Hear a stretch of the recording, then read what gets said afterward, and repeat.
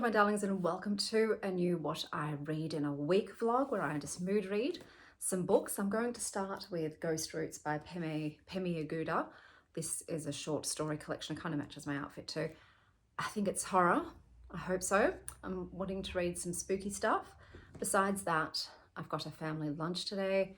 My cousin Ruby, who moved to England with her fiance, is back for a visit, so we're going to go and see them. And then I have to take my kids to their dad's house because it's his day of the week. And I think that's it. That's all that's going to be happening today. So I'll touch back in once I've read some of this and I'll see you later. Okay, so I just read the first story and there was a really graphic on-page animal killing that the main character of the story did on purpose and made me feel sick. So I'm not going to read this. It's not for me. So I'm going to go on to something else. Let's see what we've got. Oh, I've got Seduction Theory. I might try that out. And I've also got some more short stories. So one of these two will be the next book. Come here. Come on, sit down. Sit. She gets excited, does the excitable wee. It's like the biggest gluten fest I've ever seen in my life. Happy birthday, dear Helen.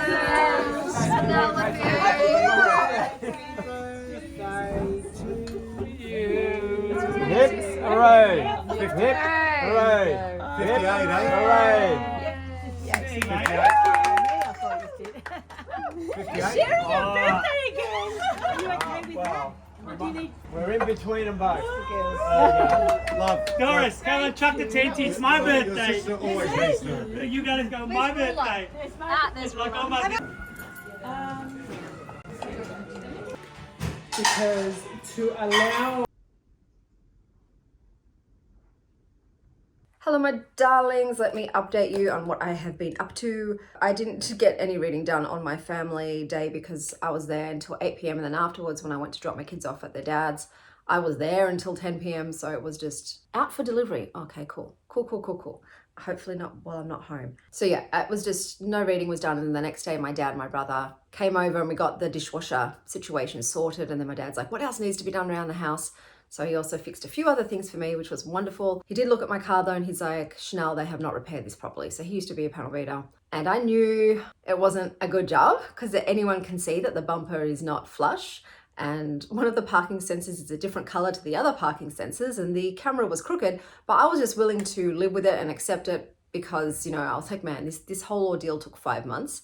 I don't want to deal with it anymore. But my dad's like, no. They need to fix it and do it properly. He's like, you're going to want to sell your car one day. It needs to be done right. So I'm going back. So I'm going back today. They're going to look at it. I don't know if they're going to fix it today or if I have to come back another day. And I'm hoping that they can do all the repairs in one day so I'm not left without my car for another week again. But this is just a very frustrating experience. But what can you do? What can you do? You just got to roll with it. You just got to deal with it and move on.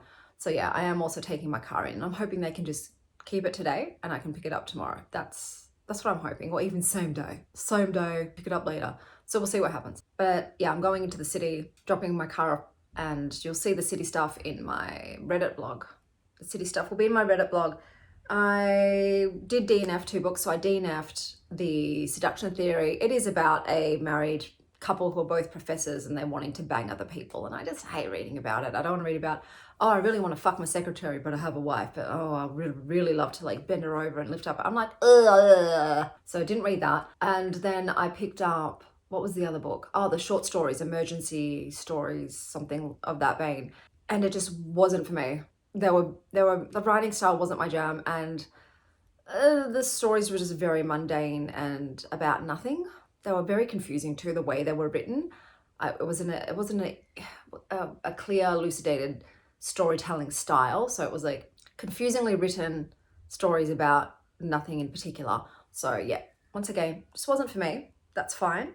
I did end up getting approved on NetGalley for an arc of The Library of Amorlin by Kalyn Josephson. So let me tell you about this. I'm just over halfway through. So in this book, we have Kasira, and Kasira is a former con artist turned state-sanctioned magical animal control pest exterminator for a fanatical state that believe beasts, animals, are sinful. And she's just so close to finishing her prison sentence. All she's got to do is kill a few more mama animals that are just trying to protect their babies, you know, things like that. When all of a sudden the world's smarmiest ambassador shows up and gives her an assignment that she pretty much can't refuse. So the job that she's given is to infiltrate the library of Amorlin. So the library is a sort of head state, and it's also a magical institution that is filled with at least one handsome, emotionally unavailable head librarian who wears eyeliner and has enough secrets to fill the restricted section.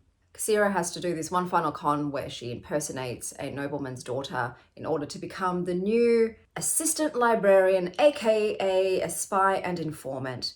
Only instead, I think she's obviously going to catch feelings with this very grumpy, pretty, definitely hiding something head librarian. And she will have to decide whether to betray the library and hot librarian or just commit to her new life of flirt, arguing, and caring for forbidden magical creatures. So, okay, let me tell you how I feel about it so far. Obviously, I picked it up because, you know, library and animals, and I thought, great. And then the first chapter is our main character slaughtering animals.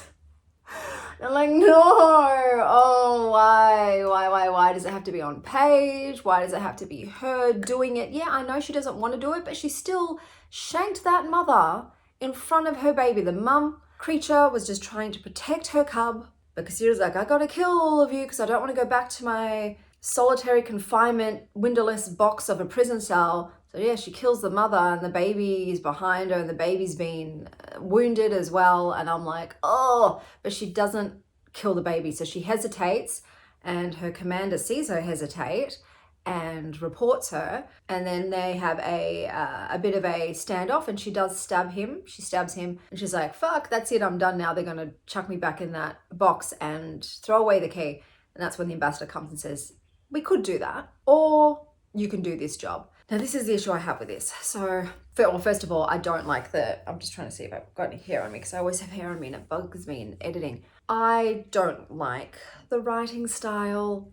It's just doing nothing for me. Obviously, I don't like the characters thus far. Even the librarian, they just went too hard on the grumpy, paranoid, angry angle. And I'm like, okay, who do I like? There is actually a talking, is he a leopard? I think he's a leopard. There is a beast that talks. I think he's more of a spirit beast than an actual proper living animal, but they're cool. I like them. And obviously I like the little baby cub that is now orphaned and mutilated. But anyway, Kasira is just making decisions that don't make sense to me. So she's been forced to infiltrate what this state of Kalthos, because it's the name of this city that believes animals are the physical manifestation of sin, and so they must all be slaughtered in order to appease their goddess. What they want is Kasira to infiltrate, find out if the head librarian is harboring any secrets, and then they can take him to court, essentially have him dethroned, and she, as the assistant librarian, will then become head librarian. And I'm like, girl, you know, the second they've completed their aim and they've ousted this guy who is a lover of animals, so the library believes that animals should be protected, that they are some way connected to the magic that this world has, and if all of the animals were killed, there would be no more magic, the world would go into chaos. So they're pro-animal, and that's why Kalthos wants a Kalonian, oh my god, I forgot what they call them, on the head, as the head librarian and the person who is in charge essentially of like magic and things and edicts. And so I'm like, Kasira, as soon as that dude's gone and you're in play, they're going to kill you. They're going to tie up loose ends. They don't want you knowing what you know, and you are nothing to them. Why would you continue to perpetrate their agenda? It doesn't make sense. The second that she got there, she should have told the librarian, listen, I will come clean and tell you what's going on, because here he suspects that she's been sent there as a spy to deregulate the library and to get him removed. He's already on that train of thought. So she should have said to him, listen, I will tell you everything if you can promise me amnesty. They will kill me if I don't do what they want me to do, and I need you to promise that you can protect me and allow me to remain here if I tell you everything. That seems like the logical thing to do. And obviously I know she can't do that because then there's no 800-page book, but I struggle with stuff like that, and it's just like I'm just reading her continuing to lie to his face whilst continuing on with her mission, and it just makes me angry, and I just don't like her. I think she's a fool and not making the right choice, and everything about this book is feeling very contrived, very written. Their banter, her with him, it just feels very inauthentic and inorganic. I'm not in the story, unfortunately. It's reading like a book, as in words on a page. Like, I don't feel I'm part of the world. I'm not engrossed in it, which is a bummer, because this is an arc and I do need to finish arcs. I will never DNF an arc. I think that's not the right thing to do. You've been given this opportunity to read a book in advance for free and give your constructive feedback. And so I feel like you do need to read a book in full in order to do that. But to each their own. I know a lot of people do DNF arcs. That's their thing. For me, I will push through so I can give a rounded review and critique. But at the moment, yeah, unfortunately, I'm not into it. I just didn't realize there would be so many on-page animal killings.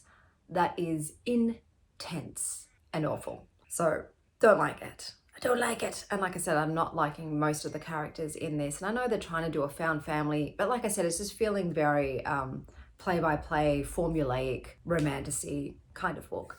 So yeah, I've read about, I think, 550 to 600 pages.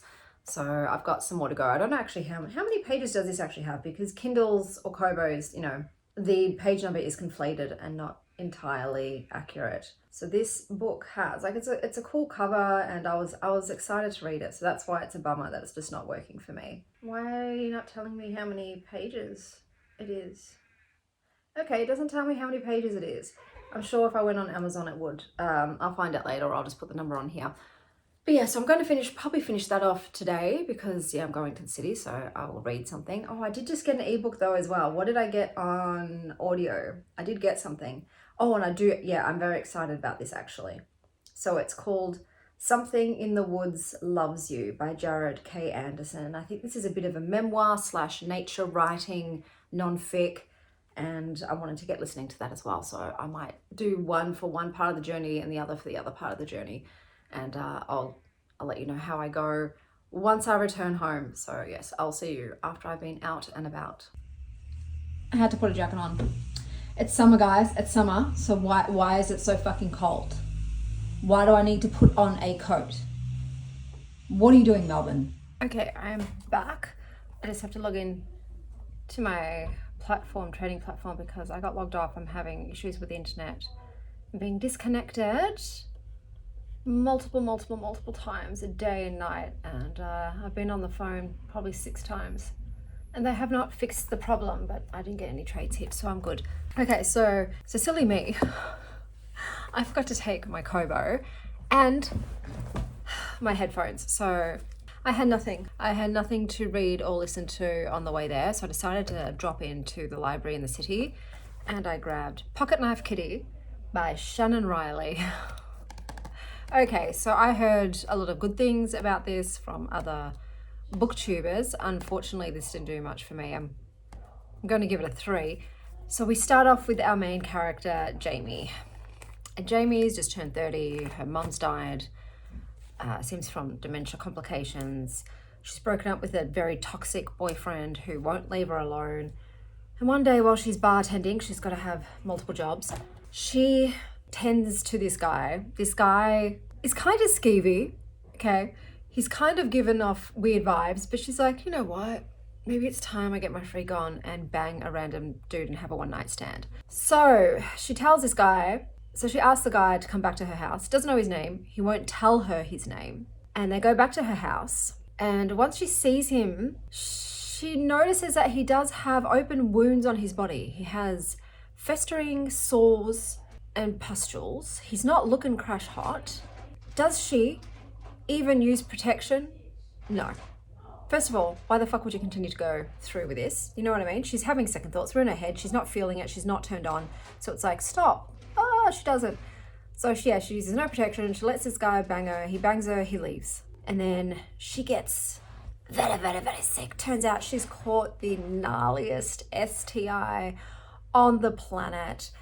And just think, it's a lot of body horror. So this is a lot of body horror. As someone who has horrific periods, it wasn't that bad for me, but this is like graphic details of all sorts of things coming at you hoo-ha and your nails falling off and your teeth falling out. And like I said, open wounds galore. So the way that this is story told, you've got Jamie in her situation, and then you've got these emails from this person called Carrie, and you can tell that obviously Carrie must be involved with this magical sexually transmitted disease. So what happens is, Jamie gets sick.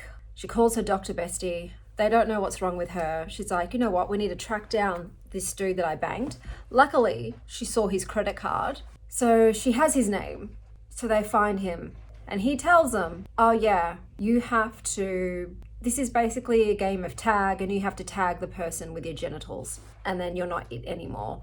So she's like, okay, that's the only way I'm going to live. So she calls her abusive stalker piece of shit ex, who just recently got her fired. He went and logged in with her login identification at her job at the bank and made it look like she was embezzling money. So he is worthy of revenge. This is a bit of a good for her revenge plot, STI edition.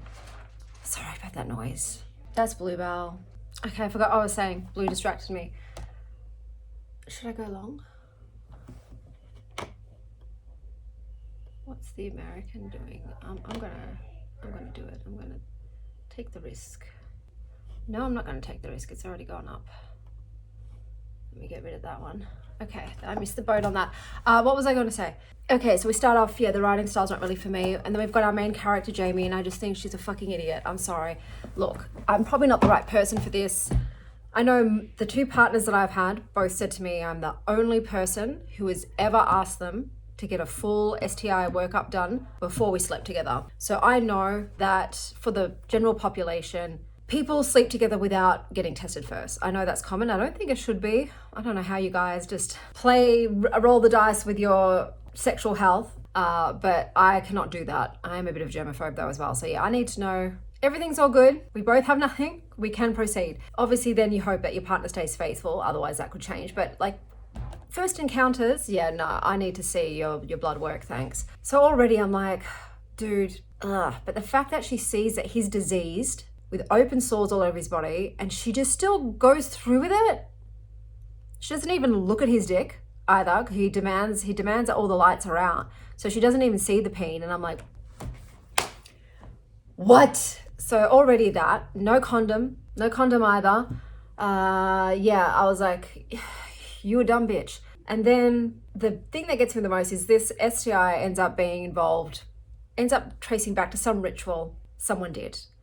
And now it's a magical form of herpes, okay? Except it is curable. You've got to pass it on to somebody else. You just got to infect someone else with it, and then you're good.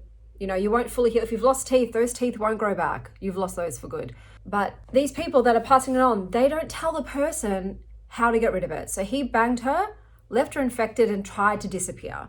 It was only because she tracked him down, she was almost on the brink of death, that he's like, oh yeah, you need to have sex with somebody else and then you'll be fine. I'm like, okay, so if you're already going to do this to someone, at least give them a chance of getting rid of it. It's awful. This is an awful thing to do, but to leave them to die, you're basically committing manslaughter. You're killing them. You know that they're going to die, and you didn't even give them a chance to understand how they cannot die. They've got to somehow figure it out. And the way that this disease manifests so quickly too, and is so putrid, there's not a chance that a lot of these people could go and fuck someone else.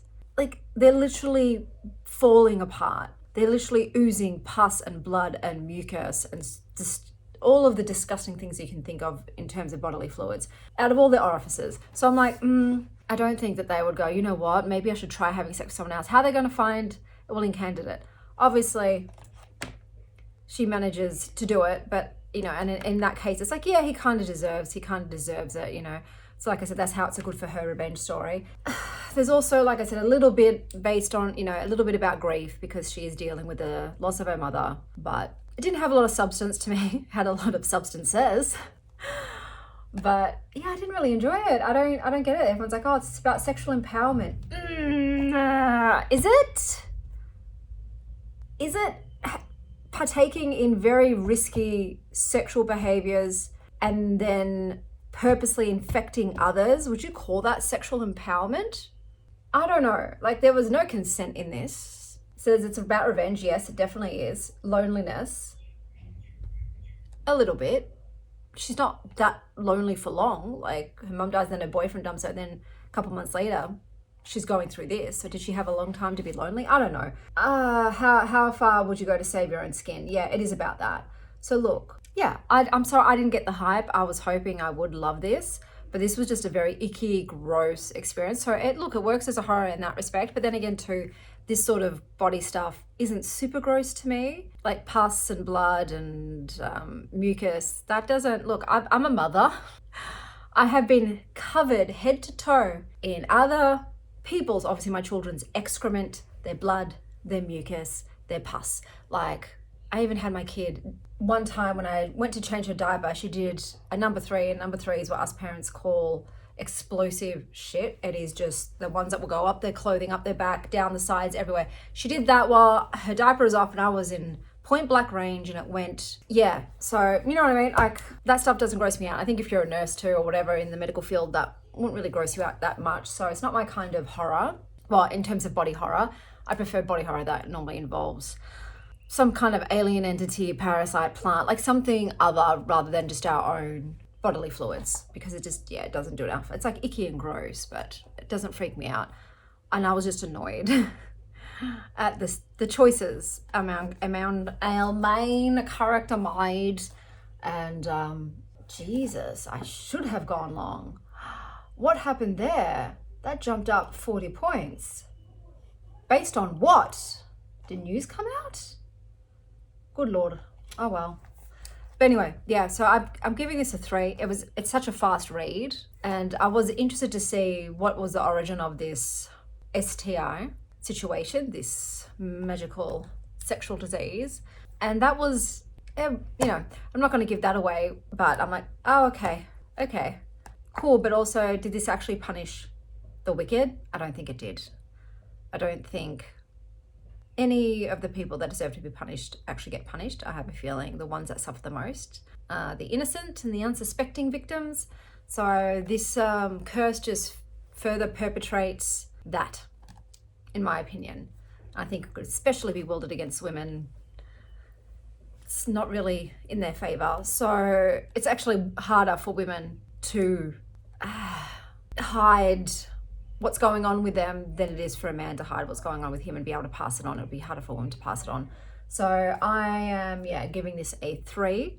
But like, at least, hey, I had something to read on the tram ride back. I got some more Christmas shopping done because, like I said, I felt like I didn't have enough to give my kids. So I got some extra things to pad out the tree presents. I also got, I'll put a video in here, a gift for a friend. For Christmas, I found a lovely edition of Christmas Carol. And what else did I do? I got some onigiri, so I'm going to go eat that and just relax. I'm exhausted. I got my car back. It's all been fixed. It's all perfect now. And I'm like, okay, yes, I should definitely have spoken up sooner and taken it back rather than just going, it's fine. Because that's what I tend to do. I'm like, it's fine. You know, no, Chanel. Sometimes you have to be a bit of a Karen when it's deserved, and not a rude Karen. Just say, hey, you fixed this, but you didn't fix it to a good standard. Can you improve it? And like they did it in a few hours. So it was obviously an easy fix. I just don't know why they didn't do it the first time. But now my bumper is flush, the parking sensors match, and the rear camera is not crooked, because you can't use a crooked rear camera. It'll tell you, yeah, you're clear, you're not clear. So I'm like, yeah, that can't be used. So yeah, that's all done. And I'm going to go on to the other 2 books, the forest one, and I will finish off probably tonight in bed, the Library of Amorlin. I don't know, maybe it'll like bump up its rating with an awesome ending, but I have a feeling this is a series, which means that probably means a cliffhanger, but we don't know. So yeah, I'll touch base with you guys later.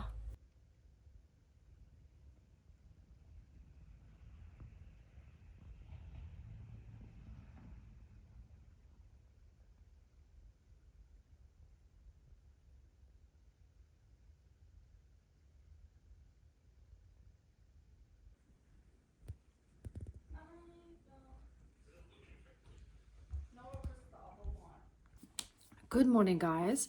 So I finished the Library of Amorlin. I've given it 2.5 stars. It unfortunately just wasn't for me. It didn't really wow me in the end. I just found it all a bit silly in terms of the choices that they were making. This is the first in a series, so you're not going to get a lot of answers, especially to do with how the magic and animals are intertwined, or what the deal is with the affliction of the head librarians that seems to be inherited when you get the role. So yeah, it just, I don't know, just everything about it rubbed me the wrong way, and I was just eye rolling the whole time. So yeah, and that's how that went, unfortunately. Just, yeah, wasn't my cup of tea at all. That's okay. I'm going to go on to the Through the Woods one. I have that, but I'm also going to the library today because I do want a physical book. I like to have that as an option as well. Physical during the day, audio when I'm doing things, and ebook at night in bed. That is Nova Moon. So I'm heading to the library. I'm finally going to go to the op shop. I've been meaning to do it. My boot is full, stacked with books and clothes and all sorts of things that need to be dropped off. I've also got my ex-husband's girlfriend coming today because she just bought her first tarot and oracle deck. So she wants to come to moi to just help her a bit with learning the tarot, doing some slinging some cards. So very happy to oblige, very happy to oblige. And I think that's all that's on the agenda today, hopefully. Oh, the internet thing turns out it's an NBN problem. That's Bluebell. I don't think a vlog is complete without Bluebell jumping up wherever I'm filming to cause havoc. So they said NBN people are working on it. Could take a week, could take longer. So that's just the way it is, which is fine. It's fine. But this is the last week of school. It is 10 degrees today in summer. Thanks, Melbourne. Still running my heater. I'm saying that, and then I'll probably end up complaining when we have heat waves of 45 degrees and higher. So I should be thankful. I'll see you guys when I have got a library haul. Okay, I just got back. I have to be quick because my ex-husband's girlfriend is coming any second now. So I got some books. So I just picked them. I don't even know if they're YA or not, but we'll find out together. So I've got As Many Souls as Stars by Natasha Siegel. So these really were all just cover grabs. I was like, well, that looks pretty and shiny. This one might be not for me. Queen of Swords, which is a tarot thing. A Romantasy Puzzle Quest by Sarah Sadev and Gareth Moore. So that intrigued me. I'm like, what does that mean? What does this mean? And then this one, And the River Drags Her Down by Jihyun. I have a feeling this is YA because it's got that YA feel. It's got sprayed edges. I know people don't like them. I do. I'm a basic bitch that way. I love anything painted and graphics. Is this a YA? I don't know, but it's giving YA feels. Hello, Bluebell. And I got all my shopping done for Christmas. So I am 100% done. Thanks, babe. Hello. I'm 100% done. And I wanted to go to the other library as well, but I ran out of time because I had to be back to do the tarot catch up. So I might do that tomorrow. So you'll see some more books tomorrow, but I haven't read anything yet today, and I'm not sure how much time I'll get to read. This might be a what I read in a week vlog, and it's like one book. No, how many have I read? Have I read 2 or 1? I don't even know. I know I've read the Arc. Oh, Pocketknife Kitty. I've read 2 books. So, hey, we'll see if we can do better than 2 by the time Saturday rolls around. Bubbles on the paper, bubbles on the paper. I sounded squished against the pillow. Bubbles on the paper. Oh, she's lying her head on the pillow. Mom, look. Who is Sylvie? Yeah. Yes, comfy. And Nova's absorbing the sun. Nova's sunbaking. Blue, what are you doing, Blue? Do you want me to turn the thingy off? No, I've got to put it in the dryer. Bluebell. Bluebell. Andy, I have more stuff coming. Bluebell. I can see a little fang poking out. I don't know why she always has to sit on rubbish on the floor. She's got a whole rug with nothing on it. She finds one piece of paper and goes, you know what? That's where I'm going to have a nap, on this piece of paper. Sylvie's got the best spot, I reckon. She's got a pillow, she's got a blanket, she's got a little bit of sun. Yeah. She's got the best. Nova's full sun. She's the darkest, but she likes the sunbaking the most. Hello, my darlings. It is Friday. I did not film yesterday because V got very, very sick. So I spent the whole day playing nurse and taking care of her 24/7. This morning, my mum came for a bit to watch the girls so I could get my fringe trimmed. And then she'll come back later so I can quickly pop to the library because some books have come in and if I don't get them, I will lose them tomorrow. So I'll get her to come back later. And yeah, that's what I've just been doing, taking care of my babies. Now, I did read a little bit yesterday, and so I was reading, sorry guys, I had to go find out the title of what I was reading. I forgot its title, and it is And the River Drags Her Down by Jihyun. I might try and find the audiobook so I can find out what that author's name, how it's pronounced. Okay, so this is a YA. Despite that, I am enjoying the story. I always find that when I'm reading YA books, I'm always thinking, I just wish these characters were adults, but that's just the way it is. But this started off really interestingly. So we start off with the chapter in the POV of a teenage girl, and we find out she's dead, but she's not gonna stay dead. So we then flash back to the past, to the ancestors of this family, and they have a gift. During a famine, after they ate the last chicken, one of the daughters buried the bones, and from the bones, the chicken came back. So they then proceeded to every day resurrect the chicken, kill the chicken, eat the chicken, bury the chicken, and it turns out eventually the chicken is quite aware of what its fate is going to be, and so it starts to fight back. So this is very gruesome and grisly and depressing to read, but obviously it's, the chicken or them, and they must do what needs to be done to survive, even though they feel awful for subjecting the chicken to this horrid, violent fate repeatedly. But the women in this family, it's passed down this gift, and they're told never to do this with a human. An ancestor did do that once, and it turned out very badly for everyone involved.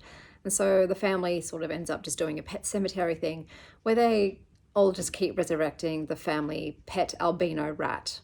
And then one day, grief, absolute tragedy strikes the family. They lose the mother, and then they eventually lose one of the daughters, a sister as well. So the surviving members of the family, it's the father and his daughter, and they are not thriving. They are not doing well. They are absolutely entrenched in their grief, in their sorrow, in their heartbreak, in their anger, and they are not moving on whatsoever. And one day, Sujin decides, what if I just resurrected my drowned sister? What is the worst that could happen? What could be worse than this half existence that we currently have? And it turns out, could get pretty bad. The resurrection of the sister causes erratic monsoon weather, and she is definitely now an undead, vengeful woman who comes back craving answers, craving justice, and craving an ungodly amount of food. It is very much giving good for her energy, because it turns out others might have been involved in the deaths that have occurred to this family. It is a very moody, rain-soaked, gothic, Korean, American horror thriller that is saturated, absolutely drenched, sopping with grief and sisterhood. The bond between these two sisters is visceral. It is a story about how far love can go before it turns into something ravenous. The writing style is very lush. I find it beautiful. The sentences feel like they've been soaked in moon-drenched water, and the tension is good. Like, you just know this is not going to end well. This book is very much giving Pet Sematary and what's the other one that came to mind? Bat Eater, especially too, because in Bat Eater, it's sisters and one of the sisters dies and then returns to haunt. And like I said, the grief was haunting them, and now they are quite literally being haunted by the dead sister. So it's got a lot of cultural beliefs woven in as well. So Korean mythology and folklore. And I am really enjoying it. There was this one, like I said, the writing is beautiful, and I'm a sucker for grief as an emotional theme in a book, and it is done very well in this.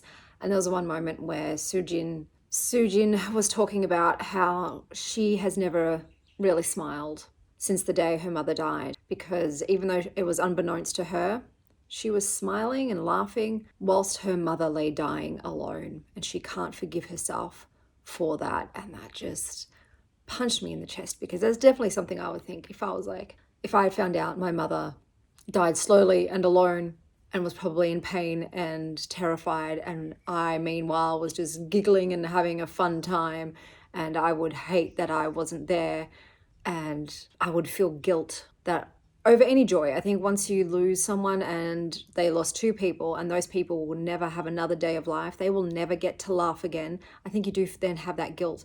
Well, why should I get to continue to enjoy my life and laugh and have fun when they're dead in the ground? Like, it's a dark mentality, but sometimes, you know, I completely understand that. There's also a romance involving a family friend, so it's friends to lovers. And yeah, like I said, I'm enjoying it. It's obviously not going to be a 5-star. It's a YA, and so like anytime there's the teenage stuff and they're at school, they're at their formal, it's just not for me. But it's well written. I am thinking I know how it's going to end, but then I'm not entirely sure, but we'll see. But I'm 3/4 of the way through, and I will finish that today. Like I said, I've enjoyed the whole reading experience. It's very well done. The cover of the book, the sprayed edges, is also beautiful, but we'll see how it ties up. But yeah, I am a sucker for a well done grief motif, and this is flawlessly executed. I also started listening to The Society of Unknowable Objects by Gareth Brown. So I read The Book of Doors. I love the idea of it. However, I hated how women were depicted. I have decided to give this author one more shot, so we'll see if this is better. So far, we had a great first chapter. We opened up with a 60-year-old woman who was in possession of a magical map that finds magical lost objects. So it's almost like a marauder's map. It's constantly changing. And she was on the hunt to find this magical object when she's in this very deserted place, and all of a sudden a man appears, and he's given bad vibes, bro. He's given real bad vibes. Her animal instincts have kicked in and have gone like, get away. You need to get away. She also feels like this man has the magical object on him, and just the whole situation is not feeling good. So she tries to leave, and unfortunately she ends up falling to her death in a rocky ravine. And in the process to her falling, she loses the map. So it's sort of assumed that this guy, something's going on with him, and he's probably got the map now. But anyway, we then fast forward to the future, and we meet the secret society that is in charge of locating and keeping magical objects. So they were the ones that sent this woman out to retrieve the object, and they've had a meeting, and they're discussing how a magical object has come into town, and then they have to locate it and then keep it safe. So I'm assuming in this book, sort of like with the Doors of Magic, Book of Doors book, it'll be some people probably use these magical objects for nefarious purposes, and then some people probably use them for good, or some people just keep them locked away because it's better they're not used. So I'm sure we'll be meeting a cast of characters. So like I said, I've just listened to the first 2 chapters alone, but I'm interested in the story. I'm intrigued. Like I said, I love the idea of the Book of Doors, and I do like this idea of lost magical objects and magical maps that find them, and societies that are in charge of keeping them safe. So it's kind of it reminds me of the movie with Nicolas Cage, National Treasure. It's giving those kind of vibes. So we'll see how we go. So these might be the last 2 books I finish, if I can finish them by tomorrow evening, since tomorrow is Saturday and I've got to finish the vlog off tomorrow. I'll definitely finish And the River Drags Her Down. So watery and depressing and heartbreaking, but good. So I'll definitely finish that tonight. We'll see how far I get into the Society of Unknowable Objects. And yeah, I'll come back with the library haul, because I think 7 books have come in. So I will show you those once I've got them. This cat loves to just come and yell on the deck. Is he going to piss? He also loves to do that. Yeah, there he goes. Piss, piss, piss on my deck. Yep, he likes to do it on my couch too. Hello, my darlings. I'm back from the library, so let me show you. I keep forgetting to look over here. Let me show you what books I got from the library. So I got this. This is The Burned Sinner and the Harmonious Angels by Clarice Lispector. It says, a housewife's life is shattered by a sudden epiphany. A simple tale of killing cockroaches fragments into multiple narratives, each uncovering new realities. So I've tried Clarice before and didn't love it, I will admit, but I'm giving her another go. So we'll see how she goes. She's got a very dense stream of consciousness style, writing style. I then picked up Snake Eater by T. King Fisher. Oh, it's got end pages. How lovely. A young woman seeking a fresh start is confronted by ancient gods, malevolent supernatural forces, and eccentric neighbours in this witty fantasy horror. It's a T. King Fisher, which means I'm either going to really enjoy it or think it's mid. That's the way T. King Fishers tend to go for me. I'm like either low-key bored or wonderfully delighted. So I will always give them a go, even though I have loved very few of them. They're never bad. That's what I find with T. King Fisher. It's never horrid. I should take my glasses off because I can see that they're catching the glare. Next up, we have beautiful cover. I love the cartoon style book covers. The Moonglow Bookshop by Dongwon Xiao, translated by Shannon. I bet you that glows in the dark. For sure it does. What if you could turn the pages of your life like the pages of your favorite book? So there's a magical library. Your drink is ready. What will your heart choose? Interesting. So it's not drinks they're serving, but moments. Handcrafted cocktails that shimmer with stardust and emotion. Each one a reflection of your life, your dreams, your joys. So we'll see what it's like. A lot of translated Asian fiction just doesn't work for me in terms of the style of the writing. It could be the translation. Like I said, I think a lot of them are very hard to translate into English, and just I tend to find them lacking emotion, and they're quite simple, but always give them a go. It's free to try it, and I love this cover. Can I do it without glaring? It's too shiny, I know, but very cool. Then we've got One Boat by Jonathan Buckley. So this was one of the Booker Prize nominees. It just takes forever for them to come in. I still want to try it. I don't think this one's going to be for me. But it says, on losing her father, Teresa returns to a small town on the Greek coast, the same place she visited when grieving her mother 9 years ago. Maybe this one will be for me. Greece and grief. Could be a winning cocktail. And then we have Witches of Dubious Origin by Jen McKinley. Magic is only a page away. When a librarian discovers she's descended from a long line of powerful witches, she'll need all of her bookish knowledge to harness her family's magic in this enchanting, cozy fantasy. So yes, it's cozy, it's a risk, but it's a risk I'm willing to take. Is this illustrated or is this AI? What do you guys reckon? This cover, I wonder.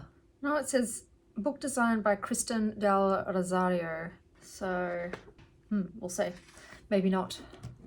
Maybe I'm just too suspicious these days. I'm always like, is this AI? I'm always trying to figure it out. And then we've got Ship of Spells by H. Leighton Dixon. So I know this comes in a really cool sprayed edge edition. This is not it. A war-scarred mage, a sentient ship, a secret that could drown empires. I don't always love seafaring fantasy. Oh, got to put that back on because I'm watching my market. I don't always love, sea shanty stuff.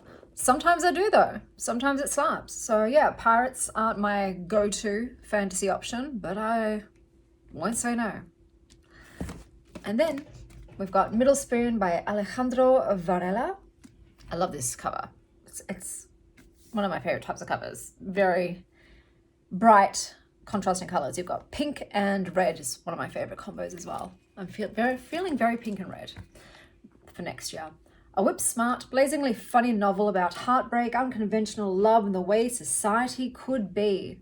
You've got someone who's living the dream. He has a doting husband, 2 precocious children, and all the comforts of a quiet bourgeois life. And a sexy younger boyfriend to accompany him to farmers markets and cocktail parties. Not sure. Polyamory. I hope it's consensual polyamory. Not sure about this one. The cover, guys. So most of the library books that I pick, if they're not ones that I have requested the library to get, are ones that I don't know anything about. So I don't know anything about this. I don't know anything about that one. I didn't know anything about this. So I just choose randomly. This obviously I purposefully asked for. Once again, don't know anything about this. This one I asked for and didn't know anything about this. So that way I get to go in blind for a lot of things. I get to also discover books organically in the wild, not based on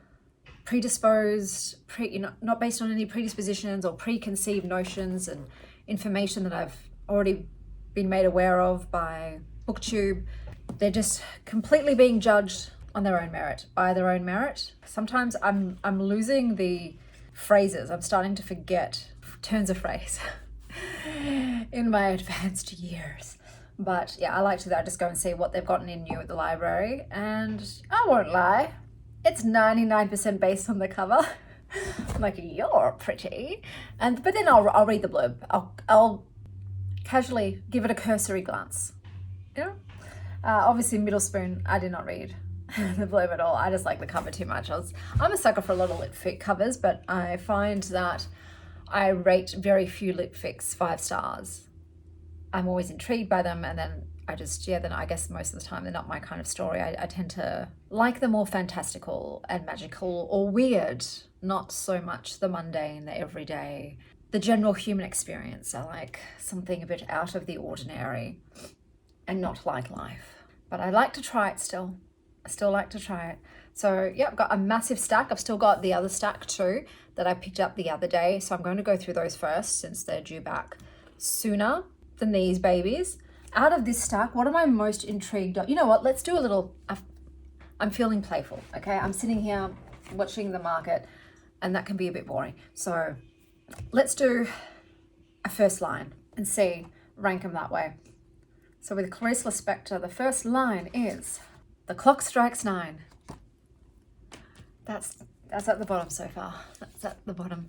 And then we've got Snake Eater. "She picked her new home for no better reason than the dog laid down on the porch." That's very cute.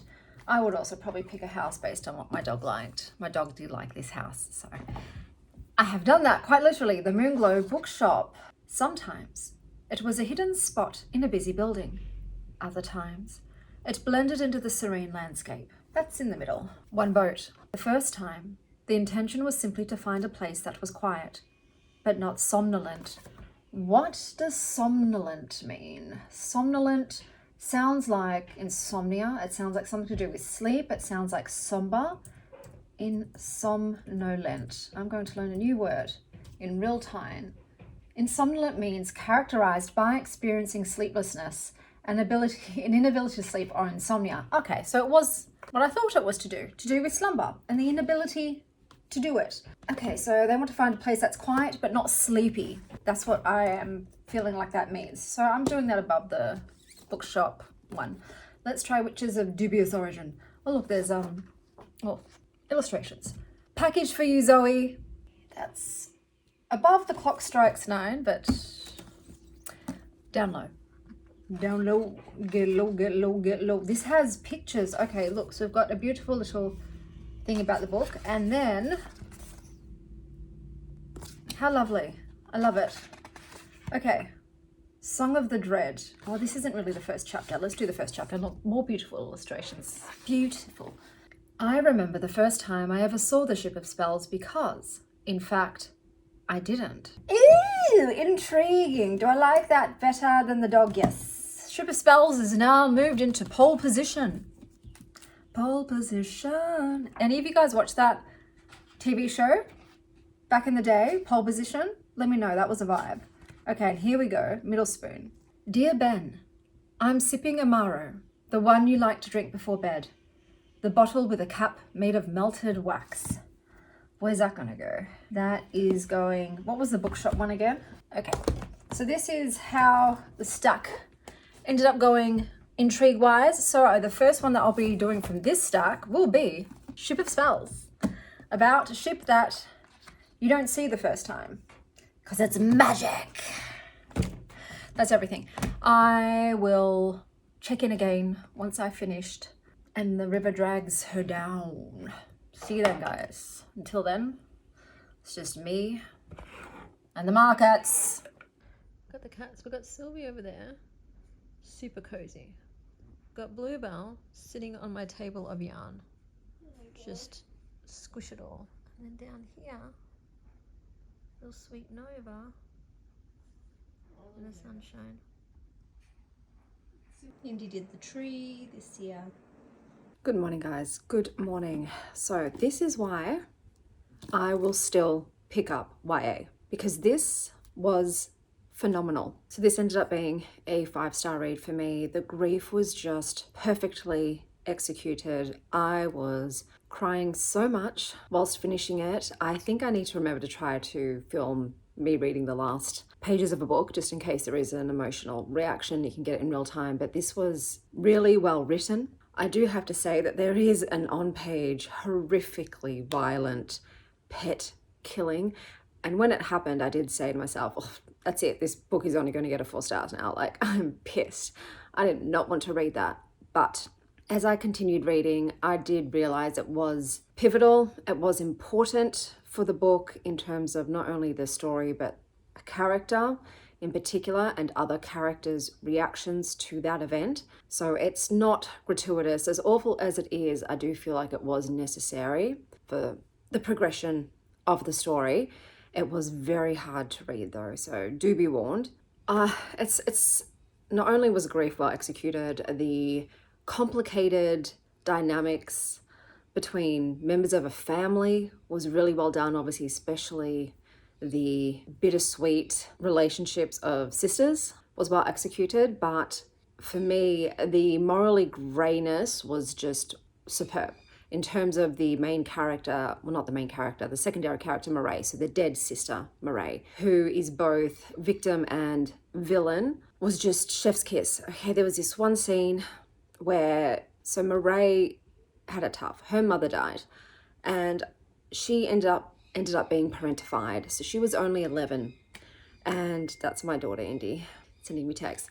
She ended up having to become wife and mother almost. You know, she had to start taking care of her father and her sister, who just allowed themselves, well, not allowed themselves, but they fell apart in grief and they didn't try to pull it together for the sake of everyone else. That was Murray and Murray only who sacrificed so that they could be taken care of. But there was no one taking care of her. There was this scene where she'd gotten her first period and she's in the bathroom and all she could find was her mother's tampons, and it was heartbreaking.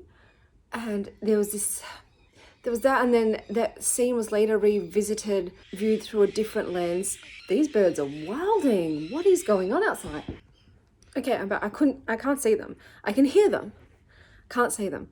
But as I was saying, I love the complexity of Murray. Oh my God, my heart broke the most for Murray and Milken, the pet rat. There's obviously the thing with Milken reminded me a lot of 6 Deaths of the Saint and things too. And sometimes it's more compassionate to allow your loved ones to rest, to die, than to continue to keep bringing them back because you need them, because that's what's best for you. But there was this, in regards to the parentification of Murray, there was just so many, like I said, this book was just so well written. And it sucks sometimes with the library, the downside is because these are not my books, I cannot mark them and annotate them. And I know I could probably buy sticky tabs, but I don't want to buy those. Like, they're plastic and I don't want to buy that stuff. So I don't always write down lines as I'm reading, because that's also something that I don't do. I don't want to start, put it down, get a thing out and start writing. I just wish I could just in that moment just grab a pen and highlight and then dog ear the book so I could return to it. But there was just this one scene where Murray was talking about the pressure that was put on her. You know, my relatives always used to call me that, perfect. I used to think it was a compliment, but I understand what it actually means now. Perfect for daughters is self-effacing. Perfect means erasing your own needs in favor of another's. Perfect has made me so fucking tired. There was just, like I said, I still stand by the good for her angle, because there was so much injustice done against her and her family, and I felt like the only way for the scales to be balanced was for Murray to go full monster and take vengeance into her own hands. If I had to sum up this book overall as a feeling, or it would be that it epitomizes the 3 of Swords in tarot. And by that, I mean it is filled with heartbreak, sorrow, painful truths, loss, separation, and betrayal. It was devastating. And like I said, I still don't love that the characters are teenagers, all the teen stuff, especially with the relationships. It's not for me, but in spite of that, in spite of the fact that they're teenagers and I still had to read about them going to school and puppy love and all that sort of things, it was still a 5-star book because, like I said, it was so well written and it just nailed all of the themes it was exploring and all of the character dynamics. And there was growth and the growth and understanding that the characters went through and how, yeah, maybe this bad person isn't completely bad. They have suffered too and they have pain too, and that has informed their choices. And when is it okay to act out from that pain? When is it not? It was just, seriously, I'm going to have to buy myself a copy of this to support the author. There are no audiobooks out in Australia, so I'm going to guess it's Jihyun. I apologize if that's not how it is pronounced, but I'll do better once the audiobooks are out. But yeah, pleasantly surprised. I knew nothing about this book. I had never seen this book before. I had not seen anybody talk about this book. So this is, like I said, one of the pluses of just walking into your library or a bookstore if you prefer to purchase books, and just, I don't know, finding books on your own that are not in the zeitgeist, that are not in the mainstream, that haven't been promoted ad nauseum, and just, yeah, there's hidden gems to be found. There's so many books that are published all the time. Not all of them will get the press and the attention and the notice that they possibly deserve. And that's why it pays to do a bit of treasure hunting, dig around a bit. I'm glad I didn't go on Goodreads for these either, because sometimes that can, don't want to say misinform you, but it can give you an unfair impression if, like I said, it has a rating lower than a 3.5, and that, say, if that turns you off. So for me, yeah, I don't always hold Goodreads ratings in high esteem in terms of deciding whether or not to read that book, because also too, I do read some weird shit, which sometimes just doesn't get ratings. And conversely, there's books that have almost 5-star ratings across the board, and then I would read them and I'm like, this is a 1-star. I have an unpopular opinion here, so sometimes that can happen. So yeah, with my library, that's where I like to just go and fuck around and find out, I just pick things based on covers and blurbs sometimes if I read the blurb. Sometimes I don't even bother if I just think it's so beautiful. I'm like, yeah, you're pretty enough for me to just take a chance on you, as shallow as that is. And it pays off. So this paid off. This was just chef's kiss. Now it is Saturday, so today's the final day for this vlog, but I've still got obviously until the evening to finish it off. So I know I said I was going to start with the Ship of Spells from that pile. Please excuse my hubris with that. I think because there's no way I'll finish that, I'm trying to make a calculated choice and pick up a book that I would finish in a day, so I can just add another book, because there's only 3 books read for this vlog, which is fine. And I knew that going into December, I would just be reading less because I would just have less time to spend on reading. It's just a very busy season. The summer holidays, December and January, we're out living life, spending time with my kids who are home now all day. So I just don't read as much, and then the markets close over a certain number of days, so I don't work as much. So yeah, December and January tend to be lower reading months for me. So I think I might try Clarice Lispector's The Burned Sinner and Harmonious Angels. I know this is a collection of short stories, so I thought maybe with her very dense writing style, this would be more successful for me to try out, to just have short, small bites. We'll see. If this doesn't work out, I'll see what else I've got that's a low page count, because like I said, I would love to complete a book today if possible. If it doesn't happen, it doesn't happen. But let's see how we go. Oh, V went to the doctor yesterday and they suspect it's a virus. They said give her a few more days. If she doesn't improve or other things develop, bring her back. But at the moment, they're just like, yeah, this is going to suck. Her fever should break today, they reckon, which will help her a lot. Having a fever is just not a good time. And like I said, she's feeling weak and nauseous and stuff because she can't eat. She's got no appetite, but her body's hungry and low on energy. So I've been trying just to give her, fruit and broths, things that sort of easy to consume when you don't want to consume anything. But I'm hoping, like I said, she wakes up today, fever's broken, she's still sleeping, it's 11 a.m. and maybe she can eat something and see how we go. And I might rent a movie for us to watch as a family today. And I think that's all I have planned. Just reading, booktube, because it's vlogmas bookmas season, which is a treat, but it means I have so many videos. There's so many videos, so I've got a big backlog on my watch later list, but that's a lovely problem to have. So yes, it's the summer has started to hit, so we're starting to get some hot days. Yesterday was 35 degrees, which was fine by me. I don't mind it. But for me, I struggle once it hits 40 plus, or if we've got multiple days in a row of over 35 and it doesn't drop below 25, that's when we struggle, because we only have one air conditioner. And, you know, my house heats up. My house is old. It's not designed for proper flow of heating and cooling. So I'll check in once if I read anything else. If you don't see me, I'll still check in to close off the vlog if I remember, hopefully, fingers crossed. I noticed some of you were interested in the little fox that comes to visit me. So it turns out it's not just one fox. I've got a skulk. There's three in the family, and I figured out why they're coming every night. I have a lot of snails in my garden, and at nighttime the snails do like to do a bit of a snail trail parade across all of the pathways. So when I saw three of them all like eating off the ground, I'm like, oh, they're eating the snails. So it's a bit of an escargot feast. Escargot. How do you say that? I don't even know. So I'm like, oh, they're coming for a snail feast. So they're very cute. So every night, yeah, I get to watch a little fox movie via my cameras. Okay, I am back. These are glaring. Well, they're better if I do this. I'll go over here. I realized, yes, I'm in a different outfit. It was too hot to wear a long dress. So I changed clothes and then changed my lip gloss. I forgot to mention that I did DNF Something in the Woods Loves You. That's because it was very heavy on the depression and suicidal ideation. And look, those are things that I struggled with for 34 years. And now that I am free of them, I don't tend to love to revisit it in nonfiction that often. And yeah, in this case, I was like, no, I don't want to.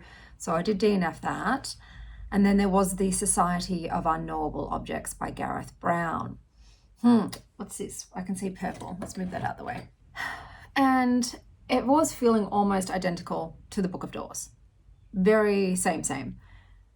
And I feel like this author likes to do the grim dark and likes to have just really psychotically violent villains, like very over the top. And I just don't like reading about it. So you'll just have these villains that love to torture and just shoot people in the head because it gets them hard. And then, you know, they'll just go and murder all of these characters. So you'll start learning about a character and you'll get to know them and kill shot, they're gone, you know? And you're like, oh, that's right. He likes like very gratuitous, shocking violence and death scenes. And I also found like the female character in this to be a bit silly. And I was like, I just feel like I'm reading the Book of Doors again. So DNF that as well. And I will not be trying any more Gareth Brown books. They're just not an author for moi. I did decide to then finish off the vlog with this because it's so short. It is literally 115 pages. And this is a small book as well. I decided to push through, but I wasn't really enjoying it because I just really wanted to give it a proper go and ascertain whether or not Clarice Lispector is an author for me. And I will say no. So this is a collection of short stories. You have, it begins with a short story about a woman who is very codependent. And after another argument with her boyfriend, he decides he's leaving and he's gone off. She begged him to stay. And while at first she's wallowing in the separation, doesn't know what to do with herself. And then she discovers, I can do shit on my own. It ain't that bad. But she believes he will come back because I'm the stronger one, clearly. So that's the story it opens with. And then you've got stories, a lot about women being disappointed in men. And there was a cute story about a chicken. I was like, oh, this is sweet, this is fun. And then it ends with, and then they killed the chicken and ate it. And I'm like, okay, yay. And then there was a story about a woman who wants to Medusa cockroaches by turning them into plaster, into stone with her lethal flour sugar mix. Yeah, it was a lot of sort of epiphanies as prose and philosophical breakdowns whilst wearing aprons. Very much domestic life is the stage in these stories for like spiritual yearning or the sudden moments of unbearable clarity like a lot of these female characters have. It is very much centered on women's interior lives, especially housewives. So it's, like I said, a very interior novel. There's not really any plot to any of these stories. There was like another story about an 89-year-old woman who just decided that she's fucking had it with all of her family and she's, you know, doesn't like any of them. Yeah, nothing much happens. It is mostly internal monologues and, like I said, realizations and epiphanies and leveling up in terms of consciousness. The writing style is still very stream of consciousness. It's sort of run on sentences and the way the characters think. It's like very erratic. Their train of thought will jump from one thing to another. I can see that it's good writing. It's not for me. It doesn't do anything for me. And like I said, these stories are all just little slice of life, mundane vignettes into the psyches of just some women, regular Joannas, living their lives and having little moments of realizations about themselves or about their lives. But yeah, nothing really profound for me. There wasn't anything that I'm like, oh, this really hits, this touches me, this resonates. Yeah, it just was a book. So I've given it a 2.75 and I'm not going to be trying any more Clarice Lispectors. They're also just not an author for me. So it's good to know. I won't feel FOMO whenever I see other people raving about them, because they're just not my type of author. So, but that is it. It's now late afternoon and my kids and I are going to watch a movie. Valentine feels well enough to leave her bedroom cave, hoping she can eat something besides one piece of fruit. We'll see, but her fever has broken. So like I said, it should be improving day by day. So I'm just going to chill for the rest of the day. I don't think I'll be reading anymore until I go to bed. So that'll be in my next vlog, which starts tomorrow. I'm definitely liking the 1 week Capit situation. It's a lot more manageable. So let me sum up all the books that I read in this reading vlog. So I did read the NetGalley arc, which is out in March, The Library of Amorlin by Kalyn Josephson, which I gave 2.5 stars. A morally grey ex-con infiltrates a magical library and accidentally falls for her broody monster boss. We then had Pocketknife Kitty by Shannon Riley, which I gave 3 stars. A grief-stricken woman's meltdown spirals into a monster metamorphosis with pustules, catharsis, and a bloody grin. I then read And the River Drags Her Down by Jihyun. I gave this 5 stars. A grieving girl resurrects her dead sister, only to discover she might have brought back vengeance wearing her sister's face. And then the final book I read was The Burned Sinner and the Harmonious Angels by Clarice Lispector. And these are short stories about sudden awareness. So those were all the books that I read. Let me know down below something you've read recently. If you don't know what to comment, post a wave emoji or a water drop emoji, something to do with The River Drags Her Down.